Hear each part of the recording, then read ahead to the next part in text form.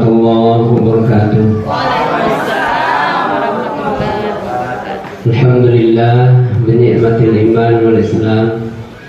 Salatu wassalamu ala rasulillah ma ba'd.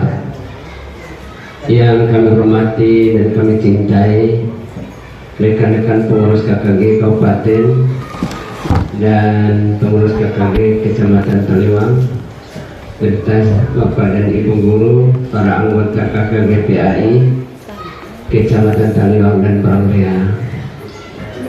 Brang ini kita bersyukur pada Allah Subhanahu wa Ta'ala, hari ini dipertemukan oleh Allah di awal tahun 2025 Masehi. Di Januari ini kita dapat melaksanakan pertemuan silaturahmi sekaligus pertemuan yang terakhir dalam bertugas dalam melaksanakan tugas sebagai pengawas yang diamanatkan oleh pemerintah kepada pribadi kami. Alhamdulillah, saya datang ke Taliwang ini sejak bulan Maret tahun 1984,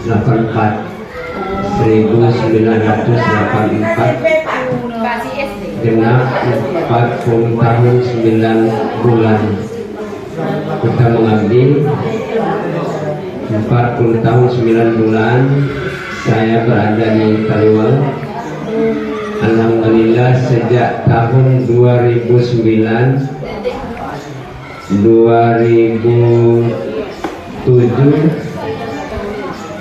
diangkat menjadi kepala sekolah SDN 3 Taliwang. Kemudian 2009 bulan Agustus diangkat jadi pengawas sampai sekarang. Alhamdulillah, kita diberi nikmat oleh Allah. Itulah nikmatnya, salah satu nikmat yang besar bagi kita guru, dan berbahagialah kita bahwa kita mengajar sejak itu, dan sekarang murid itu sudah banyak menjadi guru, dan murid itu sudah mengajar lagi, sudah ada lagi muridnya menjadi guru. Jadi kita berbahagialah menjadi guru, ibu-ibu.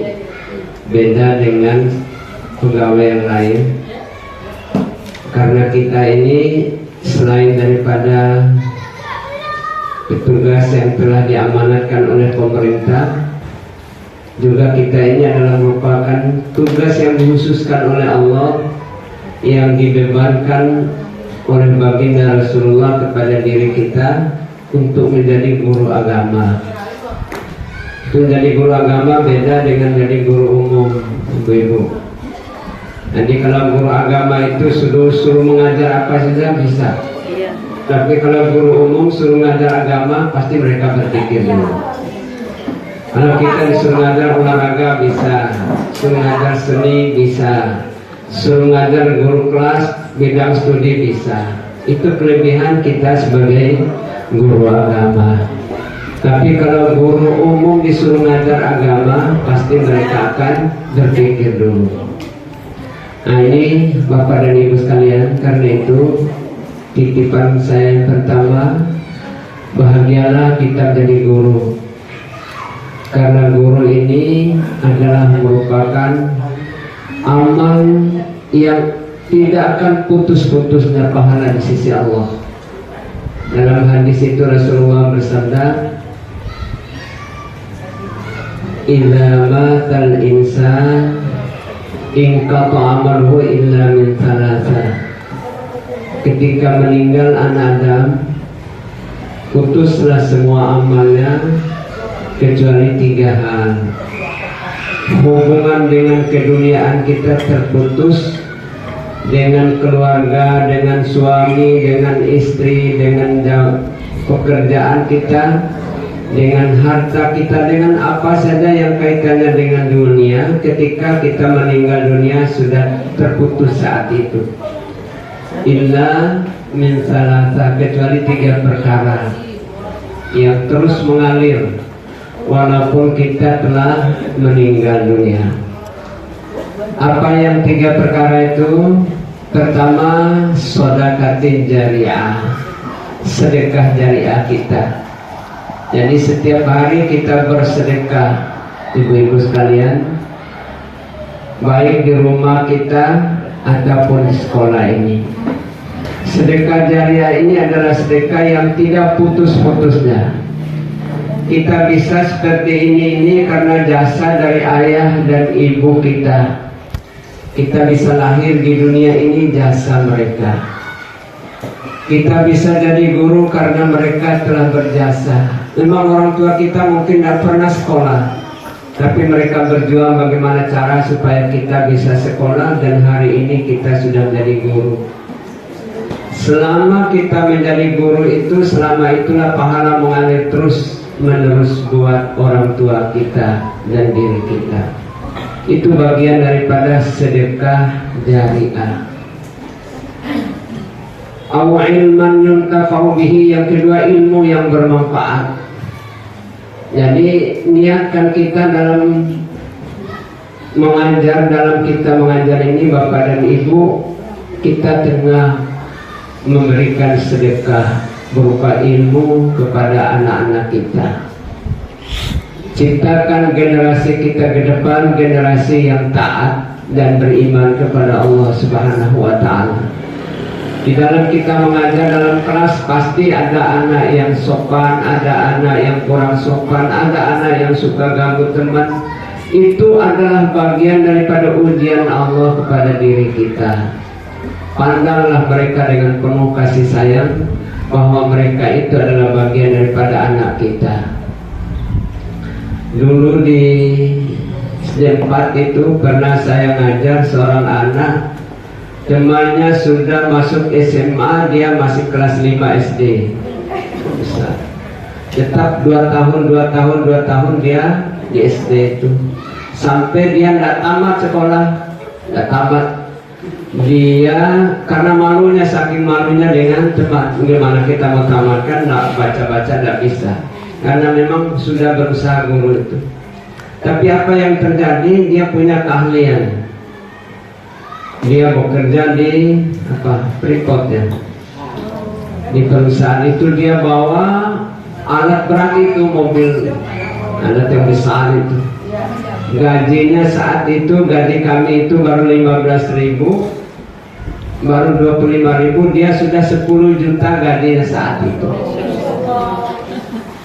Nggak naik kelas, 12 tahun di SD itu ya.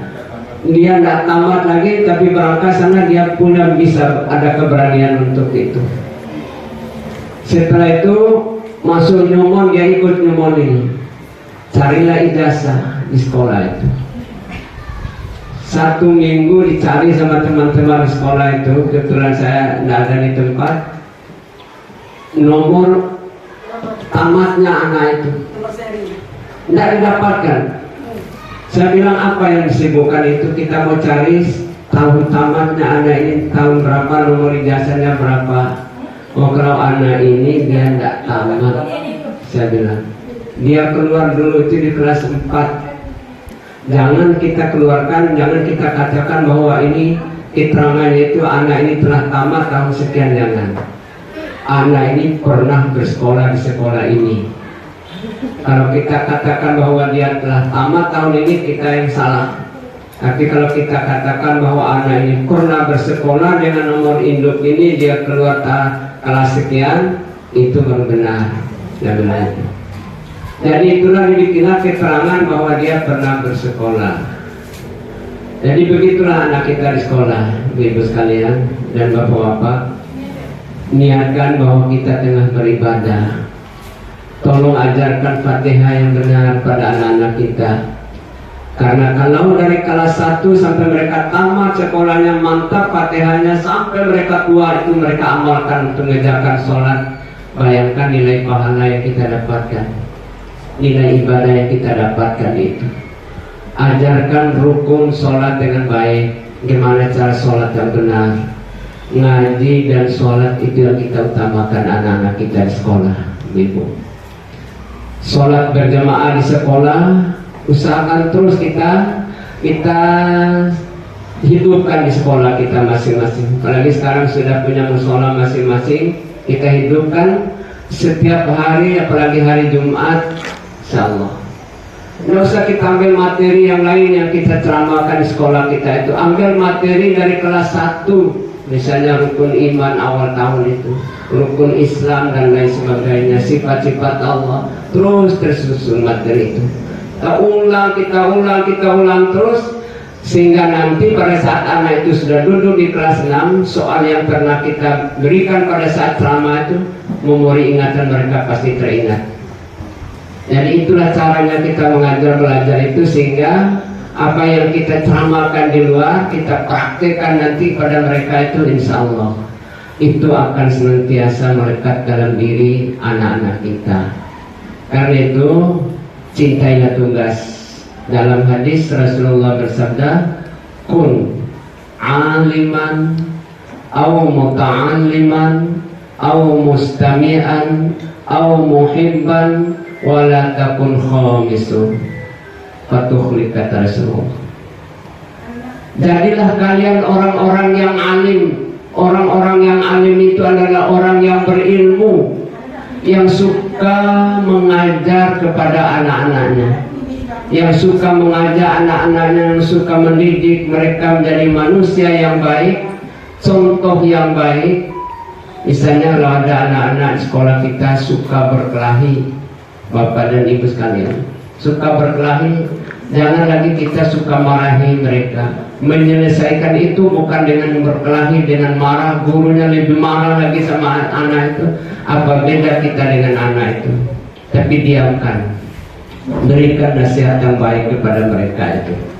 Itulah cara kita mendidik. Aliman, orang yang alim, orang yang suka mengajak anak-anak kita itu. Muta'alliman, orang yang mau belajar. Ini mohon maaf teman-teman kita sekarang yang lulus P3K itu, ada yang masuk di sekolah kita menjadi guru agama misalnya itu. Kadang mereka baca Fatihah saja itu belum pas tajwidnya itu. Tolong diajarkan. Satu teman kita yang kurang bagus membaca mengaji misalnya itu, nama kita yang lain ikut. Oh gitu, guru agama. Jadi caranya adalah kita harus mau belajar.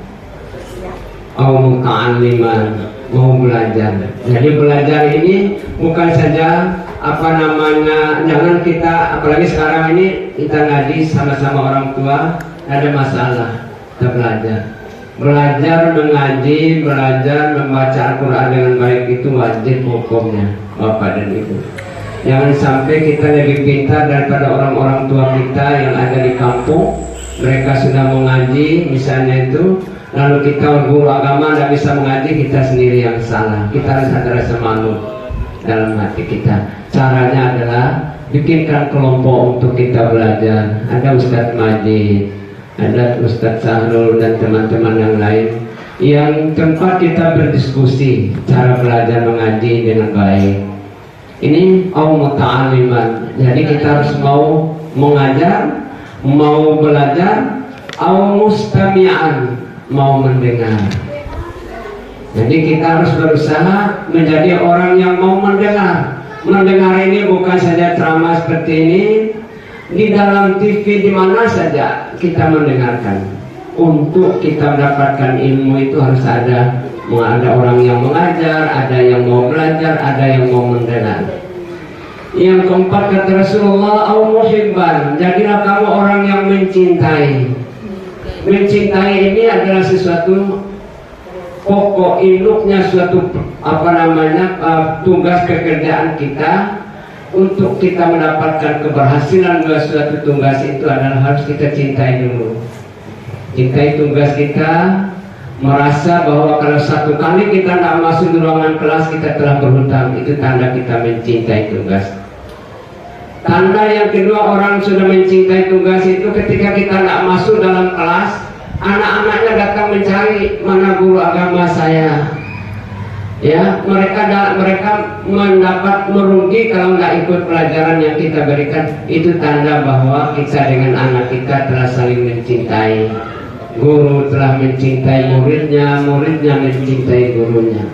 Jadi hati ini yang perlu kita bersihkan dalam kehidupan kita sehari-hari, dalam kegiatan kita proses pembelajaran. Cintai tugas ini, Ibu dan Bapak-Bapak sekalian, karena tugas ini adalah tugas yang mulia. Tidak ada pekerjaan yang paling mulia dan selain daripada guru. Ya, semua pejabat itu dasarnya dari jasa seorang guru. Karena itu cintai tugas kita supaya amal ini terus berjalan. Wala takun khamisun, kata Rasulullah, jangan kamu menjadi orang yang kelima. Orang yang kelima itu orang yang tidak mau mengajar, datang di sekolah tidak mau masuk kelas, itu masuk dalam kelas tidak pernah dia mengajar, hanya duduk saja. Ini orang yang celaka, itu kata Rasulullah. Orang yang tidak mau mengajar, orang yang tidak mau belajar. Yang kedua, dia tidak mau belajar. Yang ketiga, tidak mau mencintai, tidak mau belajar, tidak mau mengajar, tidak mau belajar, tidak mau mendengar, tidak mau mencintai dalam kehidupan ini. Ada orang, anak-anak kita yang suka terlambat, anak-anak kita yang suka ganggu teman dan lain sebagainya, masa bodoh guru itu. Nah, kalau sudah seperti ini, gurunya sudah masa bodoh, apalagi anak-anaknya. Maka kata Rasulullah, orang yang kelima itu 4 hal ini dia tidak mau laksanakan, maka dia orang yang celaka dalam kehidupan ini. Karena itu ya, sekarang yang terjadi di belahan dunia, di salah satu contoh di Swedia, ibu sekalian, setiap hari di negara itu puluhan orang yang membunuh diri. Ini mereka bunuh diri. Bahkan pemerintahnya sendiri di Swedia itu sudah bikinkan gedung tempat khusus untuk bunuh diri. Begitu saking banyaknya orang yang bunuh diri. Jadi setiap hari itu dibukakan list yang beredar di WA dan lain-lain di Facebook itu, bahwa hari ini jadwal bunuh diri sebulan jam sekian. Dilihat oleh teman kita, salah satu di situ seorang Muslim, ada yang mau bunuh diri itu namanya Abdullah. Oh, ini pasti orang Islam. Dia cari alamat yang ada di dalam Facebook itu, alamat jalan ini, rumah nomor sekian. Dia datangi rumah itu oleh teman-teman kita sesama Muslim. Dia ingin berikan nasihat pada orang itu. Jangan kamu bunuh diri, wahai sahabatku, wahai temanku. Enggak, saya mau bunuh diri saja. Dia bilang, ya, tinggal 2 hari lagi jadwal bunuh dirinya mau dapat. Hari hanya masih mau datang teman ini, sahabat Muslim itu, dia datang. Jangan kamu bunuh diri. Enggak, hari ini saya jadwal bunuh diri saya. Tadi begitu mau keluar rumah sudah punya jadwal, teman ini dampingi terus. Tapi dia sudah pamit sama istrinya, sama anaknya, sama orang tuanya, saya mau pergi bunuh diri. Dia pamit, dia pamit. Jadi teman ini terus dampingi dia. Begitu tengah perjalanan, sebelum kamu nyampe ke tempat bunuh diri itu, ayo kita masuk ke sini dulu. Dia ajalah masuk ke dalam masjid. Itu masuk dalam masjid, kebetulan di sana sebelum masuk itu dia disuruh wudhu dulu. Wudhulah dia. Selesai wudhu masuk masjid, duduk. Ada orang yang ceramah sedang berdakwah dalam masjid itu. Begitu orang dengar orang ceramah belum 5 menit, orang yang mau bunuh diri ini tertidur. Enak sekali dia tidur itu. Sampai datang waktu zuhur. Bilang teman ini sudah waktu zuhur, jadwal bunuh diri kamu sudah lewat. Ya, jadwal bunuh diri itu sudah lewat. Apa bilang teman ini? Masih kamu mau bunuh diri? Tidak usah, sudah saya bunuh diri itu. Dia bilang. Lalu dia ceritakan apa yang menjadi penyebabnya. Di sini banyak orang yang mau bunuh diri itu. Terus terang saya sudah 20 hari dengan hari ini tidak pernah bisa tidur. Tidak bisa tidur siang malam, sedikit pun tidak pernah saya tidur itu. Makanya daripada saya hidup menderita seperti ini, lebih baik saya bunuh diri saja. Tapi begitu saya masuk dalam masjid ini, Masya Allah, dia bilang itu, begitu saya masuk dalam masjid ini, enak sekali saya tidur itu sampai saya tidak pernah dengar orang ceramah itu. Jadi banyak, jangankan orang di sana, di sini juga ibu. Kalau orang yang nggak kurang enak tidur, pergi saja Jumat. Di masjid itu hampir 50% itu orang yang banyak tidur itu. Iya, tidur nggak dengar orang yang khutbah itu. Benar terjadi di Masjid Nurul Falah itu. Ya, tidur dia gitu kamat, dia nggak dengarkan orang kamat itu. Yang samping ini nggak bangunkan orang tidur. Gitu orang sudah pulang Jumat masih dia mau tidur itu. Ya, masih tertidur dia. Ya, tidur sambil duduk itu. Ya, itu ya kira-kira 1 jam setelah itu baru nembe yang ada di masjid itu bangunkan itu temanmu sudah pulang. Selesai Jumat sudah 1 jam yang lalu. Jadi itu sehingga dia saat itu tidak jadi tidur, tidak jadi dia bunuh diri. Kenapa mereka itu bunuh diri, Bapak dan Ibu? Bukan karena tidak punya uang, tidak punya jabatan, tidak punya rumah, harta mereka banyak, uangnya banyak, istri, anak, dan lain sebagainya. Tapi hati mereka yang tidak, yang hatinya yang tidak pernah tenang dalam kehidupannya. Karena mereka selalu gelisah dalam kehidupannya, mereka tidak mendapatkan hidayah dari Allah. Itulah yang mereka lakukan bunuh diri tadi. Beda dengan kita umat Islam. Allah mengatakan, wa may yattaqillaha yaj'al lahu makhrajan. Barang siapa yang bertakwa kepada Allah akan diberikan jalan keluar dari masalah yang dia hadapi. Ya wa yarzuquhu min haitsu la yahtasib. Diberikan rezeki yang tidak disangka-sangka. Saatnya masuk kembali. Anak-anak segera siapkan diri. Belajar dengan penuh semangat. Terima kasih. Jadi seperti itulah ibu-ibu sekalian. Karena itu sekali lagi pesan saya terakhir pada Bapak dan Ibu, tolong yang 4 hal tadi menjadi pelajaran bagi kita. Didiklah mereka dalam kita menjadi guru, banyak-banyaklah kita belajar. Cintailah tugas kita, kemudian kita suka mendengarkan nasihat-nasihat yang baik. Karena itulah selama ini kita berada dalam menjalankan tugas, dalam membuat ibu dan bapak susah, apalagi di awal semester seperti ini. Pasti yang saya cari itu adalah kelengkapan administrasi, karena memang amanat Pak Yudi itu seperti itu. Tolong diperiksa, walaupun dari kumpul sini diperiksakan. Iya, kadang saya ada coret yang saya lihat itu begitu ibu belum duduk, saya bilang ini salah, karena memang itu kewajiban kita untuk saling mengingatkan.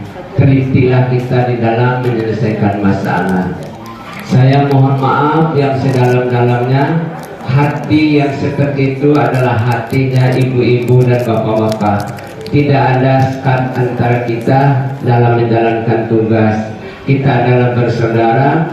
Karena itulah ketika ada kita melakukan kesalahan, mohon kiranya kami dimaafkan. Karena semua yang kami lakukan itu adalah bagian daripada rasa saling mencintai kita di antara sesama dalam menjalankan tugas kita. Dan kalaupun ada itu kekurangan-kekurangan, itu memang kekurangan wajar sebagai seorang hamba Allah buat kita sekalian. Kita saling mengisi, saling memberi dan menerima pada saat kita melaksanakan tugas kita masing-masing. Alhamdulillah sampai di penghujung tahun saya 39 tahun dapat melaksanakan tugas dengan baik. Tahun yang terakhir itu jarang saya berkunjung Bapak dan Ibu karena kondisi. Jadi saya tahu ketika jadi itu kelebihannya ketika kita masuk opname rumah sakit, masuk kelas speed, bilang orang di pegawai yang ada di rumah sakit itu, Pak ada tambahannya kalau masuk kelas ini, nah apa-apa kita tambah saja. Ternyata begitu kita lihat nilai akhirnya, nggak ada bayar-bayarnya itu. Karena apa? Mana pernah kita pakai BPJS-nya itu. Selama 40 tahun itu nggak pernah sakit. Walaupun sakitnya, ya sakitannya panas dingin, bisa obat sendiri saja, nggak sampai ke dokter. Karena nggak pernah berobat, nggak pernah dipakai itu, sehingga semuanya serba gratis. Jadi seperti itu, ibu-ibu sekalian, alhamdulillah kita ikhlas dalam menjalankan tugas kita. Jadi kalaupun kita ada beban seperti itu, jangan pernah kita suka mengeluh dalam nikmat Allah. Jadi kalaupun ada sakit, dalam 1 tahun terakhir itu 4 bulan saya tidak disuruh bicara oleh Allah. Diamnya nggak suruh bicara itu. Nah, kita nikmati saja. Walaupun mulut nggak bisa berbicara dengan baik, tapi ibadah tetap kita jalani. Karena itu bagian daripada cubitan Allah, kasih sayang Allah kepada kita sekalian. Kalau kita ikhlas dalam menjalankan, insya Allah. Kalau lihat dari penyakitnya, ya nggak bisa ketemu lagi kita hari ini. Ya begitu beratnya penyakit itu. Jadi THT 3-3-nya itu ada pada saat itu. Telinga, tenggorokan, hidung, itu ada semua. Hingga nggak bisa pernapasan, nggak bisa lancar, bicara nggak bisa bagus, telinga ini sakit dan lain-lain. Itulah. Ya apalagi makan. Jadi kalau buka puasa pada saat itu cukup dengan 3 sendok bubur selama bulan puasa itu. Jadi kenapa ya anak-anak jangan puasa Bapak, saya nggak puasa juga nggak makan, daripada nggak makan lebih baik puasa gitu. Jadi tetap kita puasa, tetap sholat tarawih, hanya yang sakitnya sampai tenggorokan itu. Jadi seperti itulah ibu, kalaupun ada ujian Allah, anggap itu adalah bagian rasa kasih sayang Allah untuk menaikkan peringkat ketakwaan kita kepada Allah ketika kita sabar. Ikhlaskan dalam menerima apa yang telah dititipkan oleh Allah. Ketika ada kita sehat, syukuri. Ketika kita diberi musibah, banyak sabar. Insya Allah di situ ada Allah bersama dengan kita. Innallaha ma'ana. Sekali lagi terima kasih banyak atas bantuan dari Bapak dan Ibu guru selama ini, atas kerjasama kita. Dan terakhir saya pesan, selalulah kita lakukan pertemuan gugus seperti ini karena di sini seperti apa dikatakan oleh Pak Sarul tadi, sini kita akan saling tukar pikiran dalam kita belajar mengajar yang baik. Apalagi tahun 2025-2026 nanti tentu kurikulumnya akan sudah terganti lagi. Ganti nama kurikulumnya itu yang kurang bagus kemarin, yang selalu membuat Bapak dan Ibu mungkin sibuk di dalam membuat administrasi dalam proses belajar mengajar, sekarang dipermudah. Dan yang kedua, ASN sekarang ini tidak hanya di sekolah negeri, akan ditempatkan di sekolah swasta juga akan ditempatkan. Jadi merata nanti. Ya sudah ada aturan dari kementerian bahwa nanti akan diatur seperti ini. Kalaupun ibu-ibu minta dipindahkan ke sekolah swasta, itu bukan karena hukuman. Itu adalah merupakan kebutuhan supaya sekolah-sekolah swasta pun ada pemerataan dari guru-guru agama itu. Sehingga nanti bapak-bapak dan ibu-ibu sekalian tidak merasa berat oleh saya begini, jangan. Dimanapun kita berada, di situ kita tengah mendidik anak-anak kita. Demikianlah, sekali lagi mohon maaf atas segala kekurangan dan terima kasih atas segala kerjasama kita yang baik selama ini. Wabillahi taufiq wal hidayah. Assalamualaikum warahmatullahi wabarakatuh.